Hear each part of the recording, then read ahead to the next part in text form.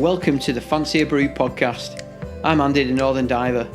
In this series I'll be discussing adventure, conservation and progression in scuba diving with some really interesting and inspirational divers that you might or not have heard of. The podcast is supported by Northern Diver International and you the listener through Patreon. So grab yourself a brew and enjoy this week's episode. Right, so Fiona Crouch, welcome to Fancy a Brew podcast. I've got to admit, I've let the side down and just brought a bottle of water, but you said you're on a pint of Chardonnay, but looks at that mug, you could well be. No, it's a pint of, a cup of Yorkshire tea, I should say. Yorkshire tea? Definitely. Yeah, Yorkshire tea. Coffee in the morning, tea in the afternoon, Chardonnay after 6. There you go. Well, thanks for coming on. If you can give us a little bit of a brief rundown about who you are and perhaps why I've got you on without giving too much away, and then we'll see where the conversation goes, shall we? Okie dokie. Well, my name's Fiona. I've been working in kind of marine conservation for about 30 years. I was first inspired. I didn't really know what I wanted to do for a career, so I was lucky enough to go to New Zealand and volunteer at the University of Auckland's Marine Lab, which overlooked the first statutory marine reserve in New Zealand at Goat Island, which means like it was a no-take reserve, and it was absolutely amazing, and that got me really inspired. And so I thought, right, I'll come back to the UK and I'm gonna forge a path in marine conservation in the UK, and didn't quite work out how I planned. So went back to New Zealand, learned to dive, worked a bit more at the lab, and then I came back and got a number of jobs working at St Abbs and Eyemouth Voluntary Marine Reserve. Okay. And then that kind of led on to education, and I was lucky enough to get a job at Marine Biological Association doing citizen science, and along those lines, I got involved in ocean literacy and the European Marine Science Educators Association, and several other jobs, managed a European project called Sea Change, and now I find myself here working for Natural England on the LIFE Recreation ReMEDIES project. Well, I can tell you what, you can tell you've been to New Zealand because as soon as you say it, the accent just goes straight into a New Zealand, a Kiwi accent. How long were you over there for? I was there first for 3 months, and then I went back for 6 months, and I've been back and forth quite a few times. I made lifelong friends there when I was there the first time. So yeah, everyone does take the mickey out of me when I say the name of the country. Oh, it's just an amazing, beautiful country. It's got fantastic diving. It's about the same size as the UK, with sort of about 3 or 4 million people, and you could just really escape. And it's got everything. It's got skiing down the South Island, so amazing diving up in the North Island. So yeah, I think quite a few. I came back raving about New Zealand, and and a few of my friends are now out there. They really? Emigrated out there. Yeah. So one's got to beg the question: why are you even here then? It sounds so amazing down there.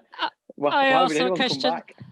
I ask my question every day of that, but it's quite hard to get a job over there, and I'm not exactly on the list of skilled jobs that you'll get out there. So and when I went out there, it will age me, but I landed in New Zealand the day Chernobyl blew up. Wow. And I'll let everyone look that up if they want to. And those were in the days where it was really hard to fly. You didn't have the internet. You really did feel like you were over the other side of the world, as probably opposed to now. So it was a long way from home. So I came back. But yeah, there are days when I think, why didn't I?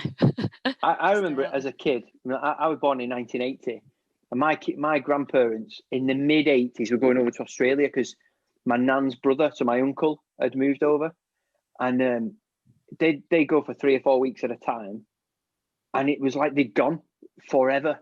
And you would get a postcard, and because they wouldn't ring home because the time difference was so mad. And today it's just not like that, is it?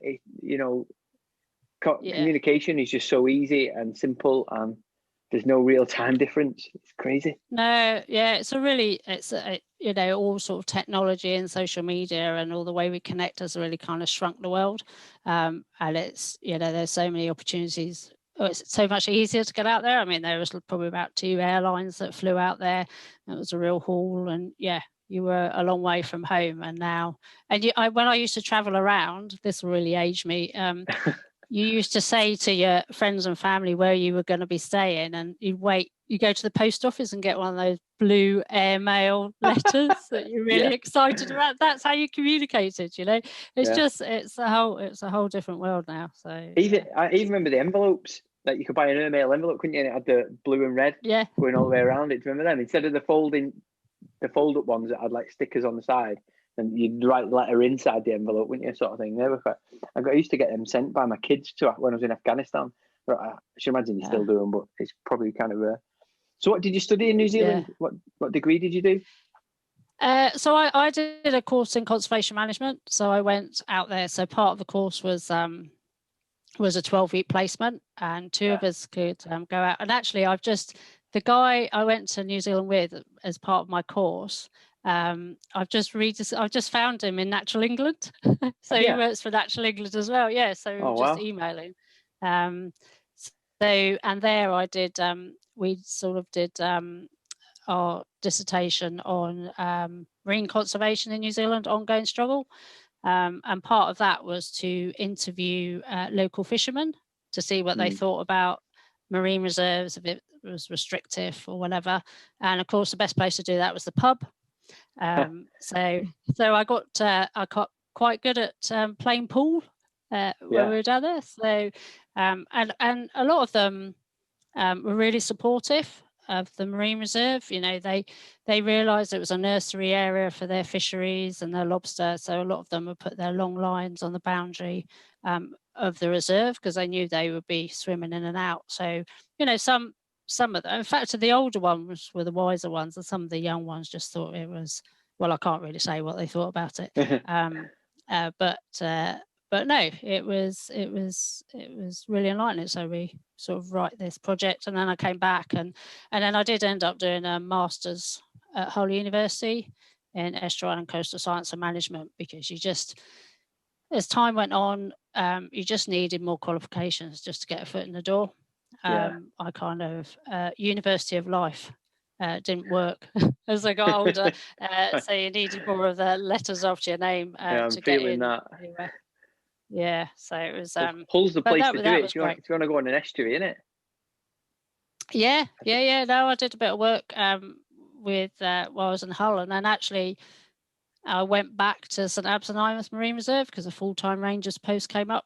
I went up and worked up there for 5 years. So that must have been pretty interesting. There's a lot of diving goes on up there, isn't there? Yeah, it's one of my favourite places. It's absolutely amazing. There's a site called Anemone Gullies, which is just this beautiful sort of like steep-sided rocky reef covered in dead men's fingers, which these are, and all these dahlia anemones, and you get that on a clear day, and you can't beat it. Really? Great Barrier Reef wouldn't beat it, really. It's absolutely beautiful. Loads of wrasse swimming around, and get these big wolffish. And I remember taking Miranda. I can't say her surname from the one show. Me. I can't either. It begins with a K, doesn't it, and ends in a cough. Yeah. So they were doing some filming. So I had to find some wolffish for them to film.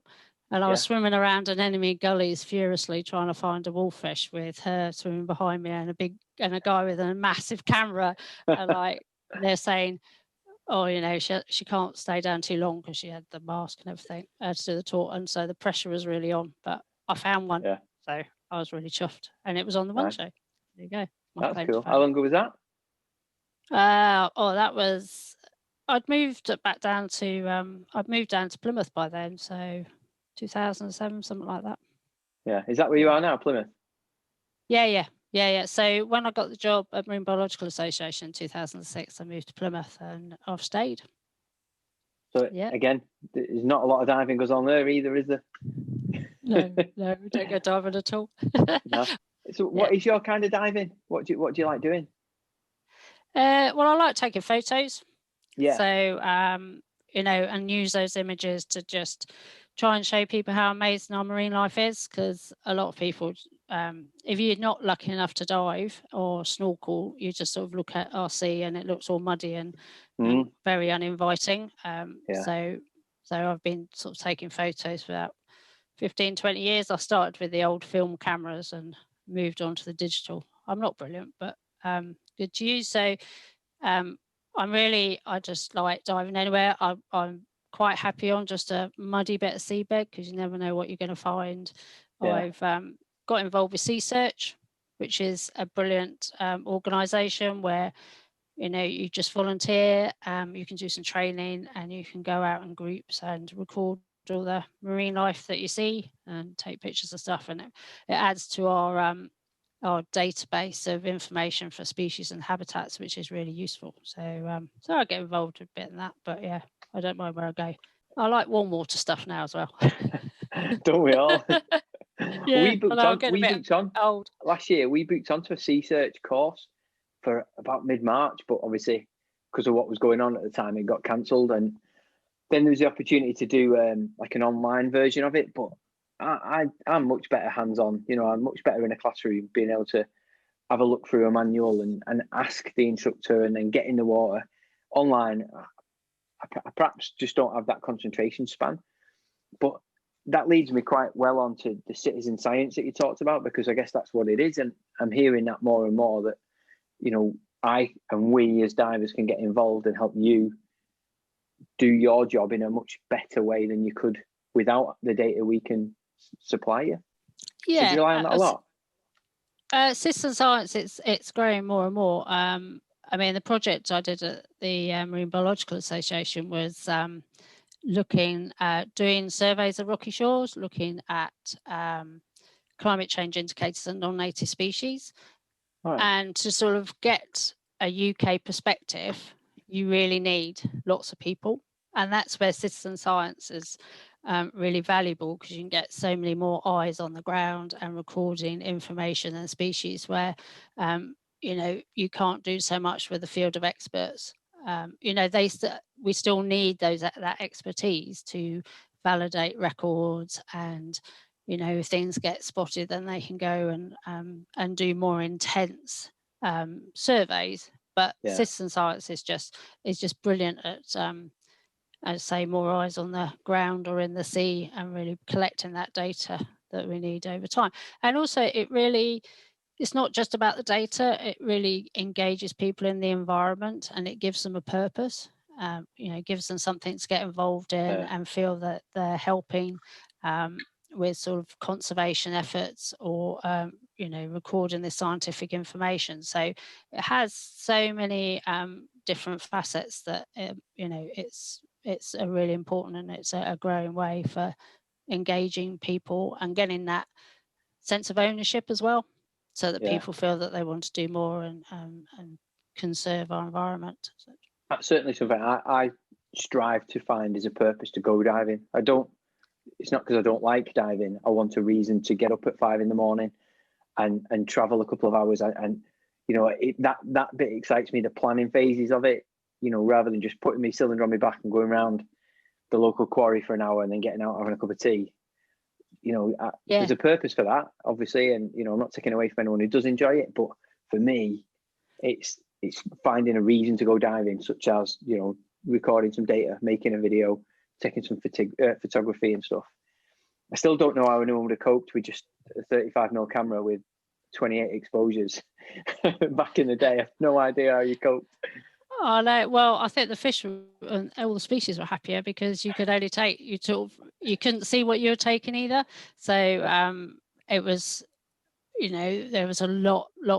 I wouldn't say more skill involved, because there's a lot of skill in digital photography. But as I say, you just took the 1 or 2 photos and then you had to be done with that. But now with digital photography, you take a photo, you look at it at the back of the camera and think, oh no, that's rubbish. Take another one and take another 6. So you can just take hundreds. And that, I kind of feel that sometimes, because it's so more available to people with digital cameras as well, that some people can get a bit carried away and zap things. Whereas when you only had 36 pictures, you were you just like, oh, I'll just take 1 or 2 and hope for the best. I often think, when I'm using my focus light on top of my camera, because the fish don't tend to blink, do they? So if there's one just lying there and you're burning its retinas out with your focus light, it's probably not the best thing for the fish, is it? No, I don't think, because they're just like minding their own business and don't have that bright light. Yeah. And, I mean, it depends kind of what the ambient light is at the moment, but yeah, it's yeah. And those flashes. I mean, if you know, if you've been in front of a camera and those flashes go, I mean, I see spots in front of my eyes afterwards. For about a week. yeah, just like, oh my gosh. And it, like, if you're on a night dive and someone flashes a torch in your face, you kind of like, wow, get it out of my face. So yeah, I like taking the pictures, but I kind of do think the poor little beasties that are being subjected to it all the time. So I try not to take too many, and I'm a bit of a nag. What do you do with your work? With your photography? Where do you post it? Are you on Instagram or something, or is it just more with your work? Yeah, I use it for work. And you know, if people want some images, I'm happy just to supply them if they're any good. I'm doing these trying to do these books on early reading around ocean subjects at the moment with a friend of mine who lives in Sweden. So at the moment we're trying to do a Blennies and Gobies book and then do a series of seashore books. So nice. Using some of my images for that, and as I say, for projects and work and usual Facebook, although I'm not on Facebook at the moment much because it's just driving me bonkers in the world we live at the moment. So just share them as much as possible. Well, my account got hacked early November last year, and and I lost everything from about 2007, like loads of pictures of my kids and all sorts of stuff that I've done. So I was really, really upset, and I couldn't get in touch with Facebook to get it back. They just, there's no clear, you can't just email them and say, this is the problem I've had. Here's the proof of who I am and that. Wow. So I kind of just went, you know what, I'm not going back on. As much out of protest as I think it's quite a negative place and negative space to be in, Facebook at times. Whereas I think like Instagram, it's more about showing the pictures that you take, and it's less opinion based. People you can only put a love heart, which is like a like. Whereas on Facebook you can put all sorts of little emojis with it, and it does get quite nasty on there, I think. So for me, it's a positive thing to stay away. Yeah, I've found I just when the whole COVID thing started, I kind of backed away because I find myself getting in a stupid argument with people, which I didn't really care about. And I don't know why I put a comment. After a couple of glasses of wine, I think suddenly I've got an opinion about anything and everything. So I just stopped myself from that. And but yeah, I've got loads of photos on there, actually. I've got them stored somewhere, but I make them into nice little collections to put on Facebook. So yeah, I should probably pull them away from that. But because it is nice to share, and when you get the nice reactions, you think it's worthwhile. So so it's a bit of a double-edged sword. I'd say that's definitely where Instagram is better for, for getting, because you can put these little hashtags at the bottom. Actually, it reaches the people that are interested in what that tag might be, whether it be conservation or sharks or just divers as a whole, and then you can really narrow it down into a niche, and there's all these little groups behind the hashtags that follow all the same pictures. So if that's what you're into, I find it a much easier way to sort of find what I'm interested in. I think one thing that through perhaps the BBC that we've watched a lot of a sort of ocean-based documentaries, whether it be both of the Blue Planets or Perfect Planet or whatever that's been out there, and they focus quite heavily on climate change and the impact that we as humans have had on the world. Obviously, we're talking about oceans because we're divers, aren't we? But what kind of work are you involved in now that's helping to conserve the sort of part of the planet that we like? So the project I'm working on at the moment, well, I'm managing the project, is called LIFE Recreation ReMEDIES, and ReMEDIES is an acronym for Reducing and Mitigating Erosion and Disturbance Impacts Affecting the Seabed. I'm impressed you didn't look like you. I was going to say you were impressed, like you didn't look like you were reading that. And it is behind me. So that's looking at restoration. So the focus is on 5 special areas of conservation around the south coast, and that's the Isles of Scilly, Fallon, Helford, Estuaries, Plymouth Sound, Solent Maritime and Essex. And we're funded by EU funding. Yes, we still get European funding from the LIFE funding, and that's why we're focusing on those special areas of conservation. And it's really looking at sensitive habitats such as seagrass and merle, and also looking at impacts on those sensitive habitats. How can we reduce them? Mainly looking at recreational pressures, raising awareness, and then also kind of behaviour change, which is there's a big focus on, and now trying to get people to understand their impacts on these sensitive habitats, and working with them to potentially see how we can reduce those impacts by just giving people more information, not only on their impacts, but about seagrass, understanding, do they know about seagrass? And so you're talking about climate change, and one big movement that's happening now, and you might have heard it quite a bit, is like green recovery. So looking at trying to restore habitats, and that's not only on the land, but also in the sea. So that's what we're trying to do. Part of this project is restore seagrass. There's other projects looking at native oyster beds and also salt marsh, because all these habitats are going to help us for lots of different reasons, including mitigating climate change. I was shocked that how many people want to plant trees, and not so many people knew that planting seagrass was perhaps more beneficial. I didn't realise that. Yeah. So if we just take seagrass, it has so many benefits to our environment. So you talk about the trees. I mean, seagrass is a flowering plant, so it photosynthesizes just like our trees. So it produces oxygen, and then it stores carbon. So it's like a carbon sink, and it can store 35 times more carbon than an equivalent area of rainforest. It's also a nursery ground for commercial fisheries. So it provides oxygen. When I was at school, we were always taught that the rainforests are the lungs of our planet. Yeah. Our planet is 72% water, and actually our oceans provide more oxygen. So they're a really important part of our ecosystems, but people can't see them. So I can understand why the focus is on terrestrial and planting trees, and also people can get more involved in that, as opposed to habitats such as seagrass. But they are so important, really. What are the difficulties with cultivating seagrass? Are there any? Why is it in decline, or why has it declined? So there's a number of reasons why it's declined. The biggest one was in the 1930s, where about 90% of seagrass meadows in the North Atlantic were wiped out by a wasting disease. So that really reduced our area of seagrass.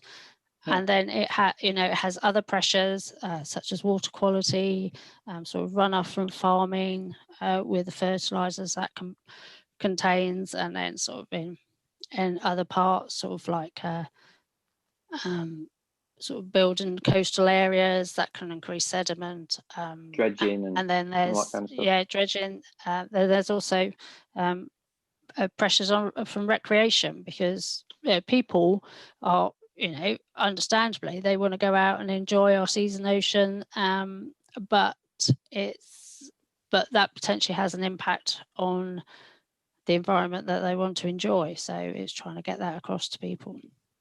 So is being able to replant them now, is there a lot of potential for that? Well, there's a huge potential. There's a lot of hurdles that have to be overcome, and so there hasn't really been a lot of large-scale restoration done in this country. Well, there hasn't been any, and that's what we're going to trial. So there's another project SeaGrass, and they've done a lot of work and they've done a small area, I think it's like 2 hectares in Dale in Wales, just using different techniques. And so in remedies, we're planning to restore 8 hectares, 4 in Plymouth Sound and 4 in the Solent. And there's a lot of work being done in other countries, so in Chesapeake Bay in the United States. So it's just seeing how we can use those techniques in this country with the environmental parameters we have. So with our tides and currents and weather that can stuff everything up, as we know when we go diving.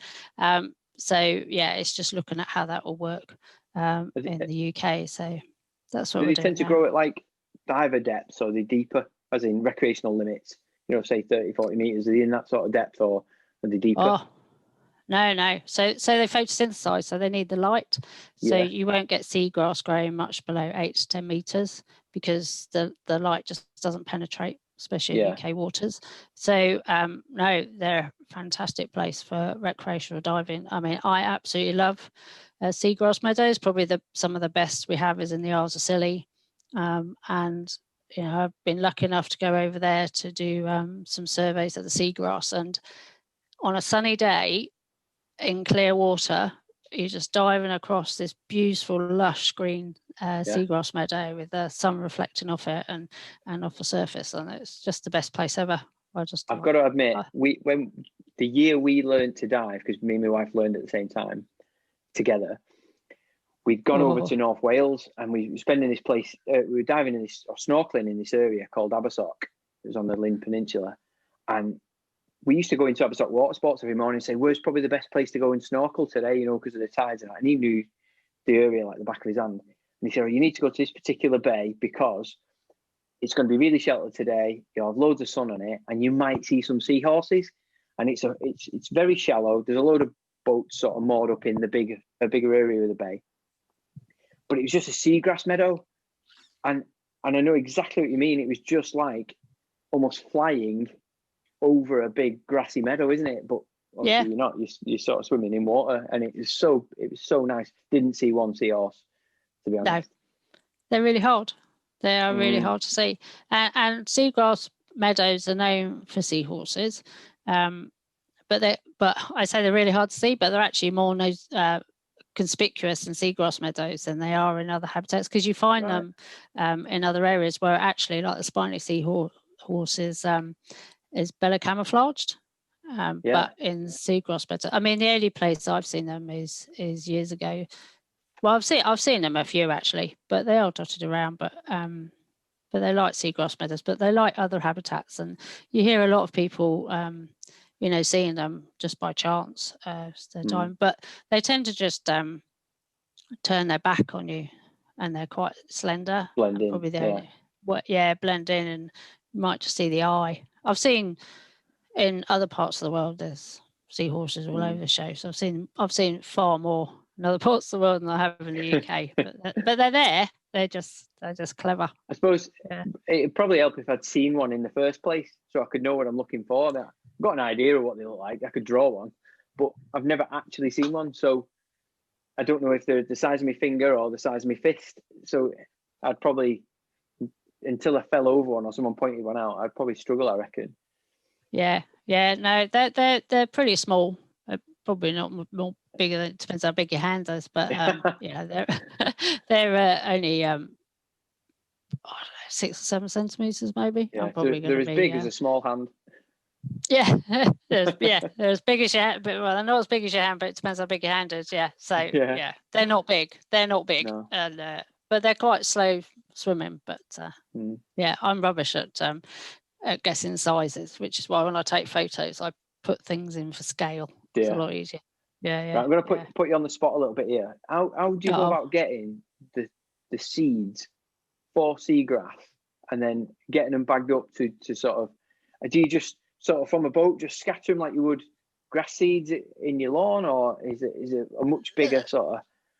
Yeah, do you know? Yeah. If you don't know, No, I do know, but I have to give a shout out for our partners, the Ocean Conservation Trust, because they're doing all our seagrass restoration work. But I have done, so the seed collection is so sort of at the end of the summer. So seagrass is a flowering plant, so it produces seeds like any plant, and they're actually quite obvious. So there's these sort of longer yellow shoots from the seagrass, which have lots of different sprays, as they call them, coming off them, and they're filled with seeds. And about, I'm not quite sure why, well, seagrass have seeds, but about 90% of them won't germinate. So they will just get eaten, or they'll just drift away. Or so they don't really shoot, have much of an effect on the more growth in the seagrass. Yeah. So we can collect those, and it's done in areas, so you're not sort of collecting every one, but you can just swim across, and those flowering shoots will come away quite easily. And so you put those in the bag. And then for remedies, the Ocean Conservation Trust have built a lab at the National Marine Aquarium in Plymouth. So it's our remedies seagrass lab. It's open to the public. It's got loads of information about the projects and seagrass, and it's got this gallery, and there's big tank rooms that you can look into. So all those shoots that you collect are put in the tanks, and then the seeds will just fall out of them as it decays. Yeah. And so then they pick them up, and then they're kind of they're put aside, and then they're kept, and then some of them are grown in the tanks, so they can grow the shoots up, so get them started, and then they'll be replanted in the seeds. And then others, they're put in little bags with some substrate, some loam and sand, and then they'll be planted out as well. So the problem is we can't carry on. If you want to do full-scale seagrass restoration in the UK, we can't keep carrying on collecting seeds from the wild. It's just the capacity. I mean, we could probably take more, but we just have to be careful about that. So yeah, it's quite a long process. In Chesapeake Bay, we're seeing they collect millions of seeds, and they've actually got this big lawnmower that they use. It's like a mechanical collector. Some people want to do that here. It has potential, but I'm not quite sure. We don't have those larger areas of seagrass to collect. And then they have tried just scattering them, as you say, like you would on your lawn. And luckily there's no pigeons down there to collect them, but they will be down there eating the marine equivalent of pigeon. But it's probably more effective to plant them and actually know where they are rather than broad scale scattering. But a lot of the growth from seagrass is, so they have a rhizome bed, and so they will also grow through the rhizome mat. So that's where most of the growth comes from, and not these seeds. Right. So that's potentially the impact of, say, anchoring in seagrass. So if you pull up those rhizome mats, you can damage it. And then if you make the seagrass area patchy, and then that can erode easier. So that's why we're kind of looking at different ways. Is the regeneration from the rhizome not very good? As long as that mat stays intact and is a sort of well-formed rhizome bed, it will grow out of that, as opposed to not much growth comes from the seeds. So it's the rhizome mat where it grows, really. So it's a clever plant. I've had some dealings with rhizomes, but more terrestrial. So what I do for a living as a pest controller, we quite often will deal with Japanese knotweed, which people can pull it up all they want, but there's still that rhizome layer that will just regenerate time and time again. And they're thinking, I've pulled it up, put it in the green bin, put it on a bonfire, it's gone, but it won't. It'll come back within a year or so, and before they know it, it's spread like wildfire. It's horrendous stuff. So well, it probably just stays underneath there and doesn't get washed away. I think the seagrass probably has more impacts than Japanese knot. But I used to work on the River Tweed, and we did a lot of that non-native species like Japanese knotweed and Himalayan balsam. They're quite pretty actually, though, but they just grow like anything, don't they? It's crazy. Well, I saw a program they were making gin I think it's gin in Cornwall. It was Rick Stein's program. They were using the flowers from Himalayan balsam to as a botanical for their gin. All right. Well, something good will come from it then. Yeah. Well, that's the trouble. Now you're making a market for Himalayan balsam, and then you won't want to get rid of it. So that's a whole other debate about non-native species. So if you were to advise somebody how to get involved with conservation, just someone who's a diver, like me and my wife, couple, got a camera, we like going in the water, what sort of 3 things or what bit of advice would you give us to just be more helpful as a citizen scientist or just generally as a community sort of feel to go diving? Yeah, well, I'd say Sea Search is a brilliant way to start. And I think what's great about Sea Search is you can do the courses. So the observer course, there's observer and surveyor. Surveyor is a bit more technical, but the observer course, the form's a bit simpler, but you're still recording certain species, which is really helpful. And also what's really good is if you go on there organised, I mean, every dive, as they say, can be a Sea Search dive. So you and your wife just go for a dive, record species that you see, and then send in your form. It's great. But they also do organised dives. And when you go on those, you kind of, I've met some really, really great people on those dives, and you're all a bit nerdy and got a similar interest. And also you learn so much from people. So it's quite hard to get going because identification of all the sort of seaweeds and all the different species can be a bit overwhelming. But when you start talking to people, you kind of get the hang of it, and then people share their photos on Instagram, and then you're providing those records.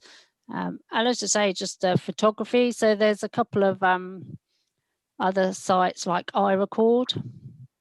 So you can, if you've got photos of species, you can submit it to iRecord, even if you know it, or someone will identify it for you, and then that adds to a database as well.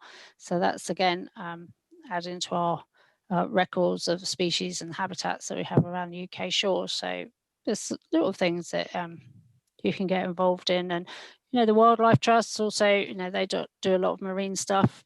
And they're involved with Sea Search as well. So, there's a lot of stuff going on out there you can get involved in. Do you ever have any places for HSE divers going diving with you?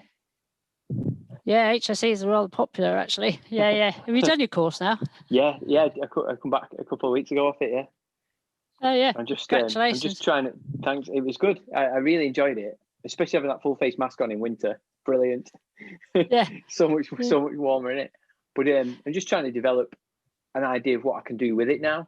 Initially, I thought it would be the media that would be the tick box for me, which it perhaps still will be, but I've got to be realistic, with what I can give. If it was something along the lines of conservation, or it would be just the odd couple of days here and there throughout the year, I could certainly manage that, and with the family and my business and stuff. Whereas if I was going to take a big career change and get more into the media, if that would ever happen, I don't know. That sounds quite hard. Not for me, not to want to try. I just got to manage my expectations realistically, I think. Yeah, I think there's a lot of competition out there, but so to do any paid diving, whether it's scientific or helping doing media work or anything, so you need your health and safety certificate, so you're already a step up there. And if you wanted to do something like conservation minded, then if you kind of built up those identification skills or just sort of survey skills and stuff, and maybe just try and get on a few surveys or get to know those people, because I've said a lot in my career, it's not necessarily what you know, it's who you know. And so there's quite a lot of consultancies out there that do a lot of environmental consultancy work, which involves diving. So sometimes, and they will always have to have people with HSE. I mean, I'm only a dive master. I haven't done my HSE. And sometimes they say, can you help out in this survey? And I said, well, no, I can't, unfortunately. I've never gone down that road. I think because when I was going to do it, it was way back when. Wouldn't have been a good time. When the only people that did HSE Part 4 were if you wanted to work on an oil rig. Yeah. And so it was full of people that wanted to work on oil rigs, and you had to do like welding underwater at about 30 meters. I thought, I'm not doing that. I just want to be qualified to get paid to go diving. So I just got to the dive master. But yeah, so you can get to that level that, you know, if you kind of got into the mix of people and got to know people, you know, for example, with ReMEDIES, as I said, we're sort of, for the restoration work, looking for volunteers divers. So you could definitely get involved with that to help with the planting when we're out of COVID world. I'm already booked on. If it happens, if COVID lockdown goes away, I'm already booked on. Well, that's kind of how we got introduced. I'd seen a picture on Instagram of those sort of containers that you were talking about, where they're sort of managing the seeds, and I'd looked into it a little bit more. I'm sure it was Natural England's page on there. I might be wrong. I'll have to have another look. And asked, you know, what are you doing? What is this about? You know, it might make quite an interesting episode for my podcast, I think. And obviously that led on to me being introduced to you and you coming on here and telling me about what's going on. But I think the same person I was talking to, I was like, well, how can I get involved? I do want reasons to go diving. You know, I don't just want to pack my kit for the sake of going diving. I want to do something that'll leave a legacy. Not my legacy, but I'll have done something positive that the next generation of divers that are coming through can look back and go, look at what we're diving on now. Yeah. Well, as I say, you're booked on, so you can get involved. And then, you know, potentially, because you've got your HSE Part 4, do a bit more. I think we've got capacity for volunteers to do seed collection, but a lot of that's been done by Ocean Conservation Trust commercial dive team. So it's kind of volunteers to help with the planting. And then there's other areas of work. And you know, we're hopefully going to start that in the spring, the first bit of planting in Plymouth. But we, you know, we've got plans to do it for the next couple of years. So yeah, there's potential. You could that could be your legacy. Planting grass around Morecambe Bay. planting seagrass at the ReMEDIES project. You can tell your grandchildren. Whoa, let's not mention them. I'm not having any of them for a few years yet. No chance. Oh, well, it's going to take not that long, but you know, it'll take a few years to be established. But and then hopefully, as time goes by, it'll be this beautiful, flourishing seagrass meadow that you can go and admire and say, I did a bit of that. Yeah, well, certainly it's not too far from me, you know, to go and find somewhere that's got that already. So there's the potential for it to grow, no pun intended, but from where you are to more places around the UK. And certainly, like I said, if there's somewhere near me that it already grows, it seems to make sense that why not try and plant it around that area in the future. Yeah, well, there are plans, bigger plans. I say Project SeaGrass are really proactive of trying to do more seagrass restoration. So, you know, we're just sort of trialing this 8 hectares within the ReMEDIES project, but there's a lot of talk about, you know, doing up to 28 hectares around the coast. You know, green recovery and restoring habitats is a really big thing now, and that all comes back to sort of the blue carbon and what we can do to improve our habitats. So there will be a lot more potential to get involved as you know, in the next few years. The biggest thing is funding, as always, trying to get the funding, and then of course the capacity for the seeds, and also we have to see how sort of these larger scale restoration projects work in our areas. But you know, we have lost so much of our seagrass that there are areas where you know, it's suitable for seagrass to grow because historically it's been there, and that is the plans to try and put it back and hopefully it will flourish. What kind of timescale are you expecting from, let's say, planting in the spring to whether it be a week, a month, a year or two, to notice any difference and whether that bed's taken and sustainable?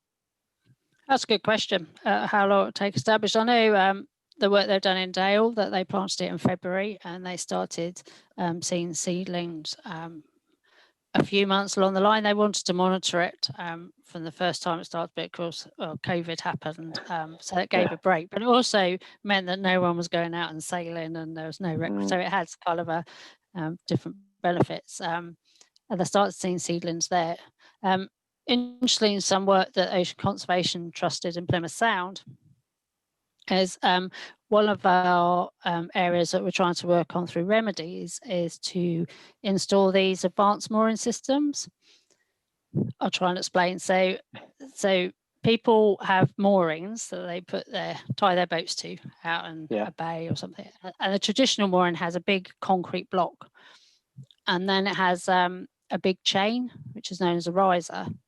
And that chain, as the tide goes up and down, that will scour. So it sits on the seabed and it scours the seabed. So if that's in a seagrass bed, it erodes the seagrass around it. So you get these bare patches around these moorings. So we're trying to encourage people to install these advanced mooring systems, which are get rid of the traditional concrete block. You put just a little helical anchor in, so it's just a screw that goes into the seabed. So it just has just a minimal amount of impact on the seabed. And then the riser, so get rid of that big chain that scours the seabed. And so the riser that goes up with the buoy on top that you stick your boat on, that's lifted off the seabed. So that's not scouring the seabed. And what they found is they've done these, Ocean Conservation Trust put a few in core sands last year. So last year, the year before. And they have seen that once they remove that scouring chain, that seagrass has grown back in a year. So potentially, if you get rid of those impacts and also with you restoring it, it can grow as long as it's got the right conditions and it hasn't got the impacts, then it can restore quite quickly. Well, that's good, isn't it? That's positive, potentially a year. Yeah, that's within an established bed. If we're doing sort of new sort of beds, it might be a bit longer, but it could be quick. But we have to be realistic as well that there are other impacts on seagrass. So the water quality, for example. So sort of restoring these seabeds is kind of a collective effort that we have to have everything kind of in place. So there's no point in restoring an area where the water quality is rubbish, because it won't thrive. So we have to look at everything. So through ReMEDIES, we're focusing on recreational impacts, but we're very much aware that there are other impacts on seagrass and habitats. Ocean habitats are really resilient when they've only got their own kind of, their own pressures, and they can adapt. But us humans just keep piling on the pressure, which, potentially they won't thrive. And it was really interesting. I was thinking about this, doing this podcast, and it reminded me of I went to our ocean conference in 2017 in Malta, and they have these every year, and they have all these government people and policies from all around Europe and beyond. And Prince Charles was there, and I remember him saying, "Our children will never forgive us if we test our ocean to destruction." And it's always stuck with me. I've probably completely misquoted me. So if you're listening to this, Prince Charles, please don't tell me off. But it was just that. But it was just that phrase. I really thought, because we are, at what point do we keep pushing and pushing and pushing, and then we decide, and that's too late. And so, it's a balance, and that goes for our seagrass meadows. It's a balance that we can do what we can, but it's a real collective effort for these. I think the developed world are making a bit of a wake now. We're all looking at it, and there is a significant change. With wind farming and people being aware of plastics. We're not It seems like we're making the right waves as such. You know, everyone's aware now, but we're just not doing it quick enough. But anyway, go on. Yeah, tell us about wind farms. Are they detrimental? I don't know. Well, we're only putting them out in the sea because no one wants them on their our back door, was it? Yeah. NIMBY or whatever. It's. I don't know too much about wind farms, but there are plans to put more and more out in the sea, and they provide habitat in themselves. You think they're pillars, they end up being covered in mussels and the growth on the pillars, and then fishing. So fishing can't, like an artificial reef in some respect, isn't it? Yeah. So it potentially will have benefits. I suppose I did get a bit of my high horse about this, not when I was working in Natural England, but you know, I don't want people to see that we've got these wind farms and you can't fish in there, and so potentially they protect habitat, and that's us ticked our box of protecting our seas around these wind farms. But you know, we're running out of space for those as well. So there's a lot of work that Natural England does to ensure that they're in the right place, or there's mitigation, or that they're not going to have an impact, because actually it's more about birds as well rather than the sea, because they tend to get a bit fly through that area, chopped up. So you have to make sure that they're not in an area where protected species is migrating. Flight path. Because it could get messy. I never thought of that. Never in a million years would I even thought of the impact of anything other than below the sea there. That's quite interesting, isn't it? Yeah, but then it's also, there's a lot that's going on underwater noise. So to put these wind farms in, you have to like pile driving, and also the surveying as well. So that all creates a noise. So there's a lot of work being done on underwater noise, because that has an impact on cetaceans and other species. So trying to reduce that. So there's all different factors you have to look at. It's not a case of, let's just put a wind farm there. Yeah, there's a lot of work that has to go into it to make sure you're not doing one thing and then destroying lots of other things. So yeah. Wow. But we need some kind of renew. We can't keep going on the way we are. That's for sure. Nah.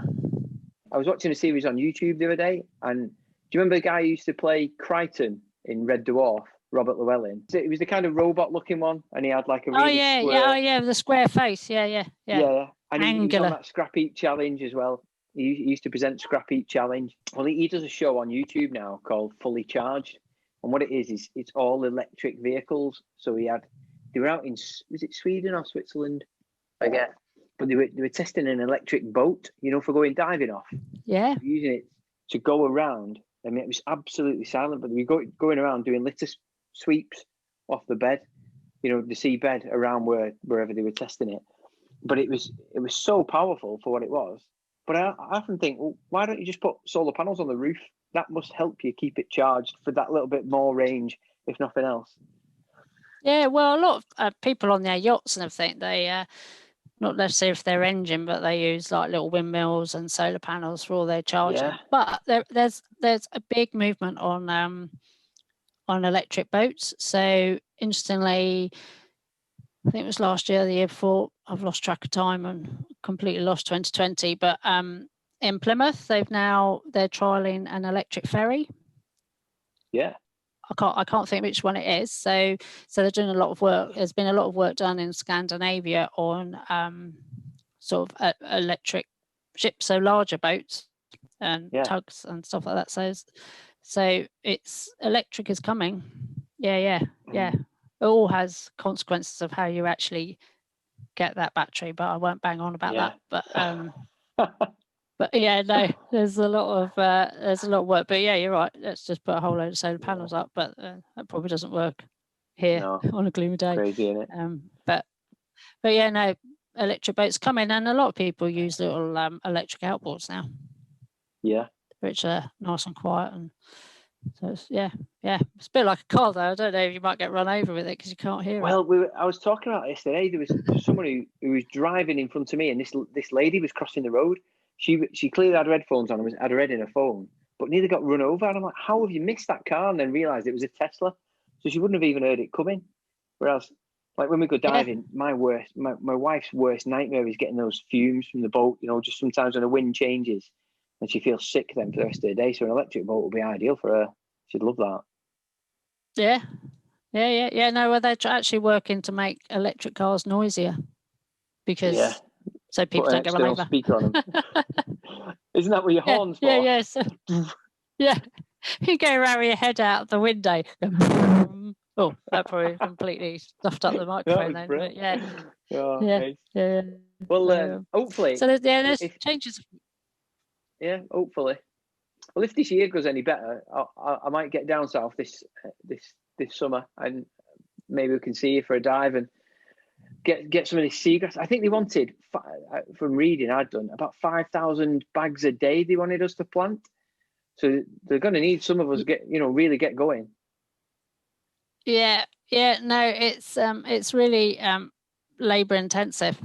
So definitely need the people. It's just unfortunate at COVID at the moment that might not be able to get in the water. So they're looking at other ways of doing it. But as time goes on, we need as much help as we can get. Oh gosh, I hope not. I am desperate to get in the water. I did do quite a lot of snorkeling last year actually, as that was a bit simpler. Just getting out in different areas, but I always get frustrated when I'm snorkeling because I just want to get down a bit deeper, and I'm rubbish at duck diving. So I get down about 2 meters, or I'm really buoyant, and my rather large backside makes me bob to the surface if I don't have enough weight on. So as soon as you get under, you're almost back on. Yeah, it's terrible. I just can't hold my breath long enough. I need to get into this free diving lark and do some proper breath hold exercises on the end of my bed first, I think. Yeah. A friend of mine, Pash, in Sussex, she's well into free diving. She's a free diving instructor now, so wow, she does a lot of that. Yeah. So it's just I can't equalise my ears. Can you not? It is. Yeah. Just get down there and no bubbles and go and have a quick swim. There's amazing videos. You've probably seen them on YouTube of just people going down. You know, those big blue holes, and they're doing a couple of 100 meters now, though, aren't they? They're around there for like 10 minutes, a couple of 100 meters. Yeah. Nuts. Yeah, I know. It's incredible. It's all in your mind. It's all in your mind. That's all they say. Right, well, Fiona, thanks for coming on and sharing your story and letting us know how people can get involved, and hopefully we can get some diving done this summer, this spring, and get this seagrass bed underway, and then see if it does mature, and hopefully we can start planting some more. A bit further up north would be nice. Well, no, it's been great talking to you, shared some of our stuff from ReMEDIES, and we look forward to you getting involved and seeing you down on the south coast. Look forward to having a dive in the summer when, fingers crossed, back to normal, some kind of normality. Yeah. All right. Well, thanks for coming on, mate. I'll see you later. Cheers. Yeah. Cheers. Thanks very much to this week's guest for sharing their stories and interesting tales about the underwater world. I hope you enjoyed listening to it as much as I did recording it. For more information on this episode, take a look at the description below. And don't forget to subscribe to the podcast if you haven't already, and follow us on Instagram for the latest news. Thanks again to Northern Diver International and those of you who have supported me through Patreon. Take care, and I'll see you on YouTube.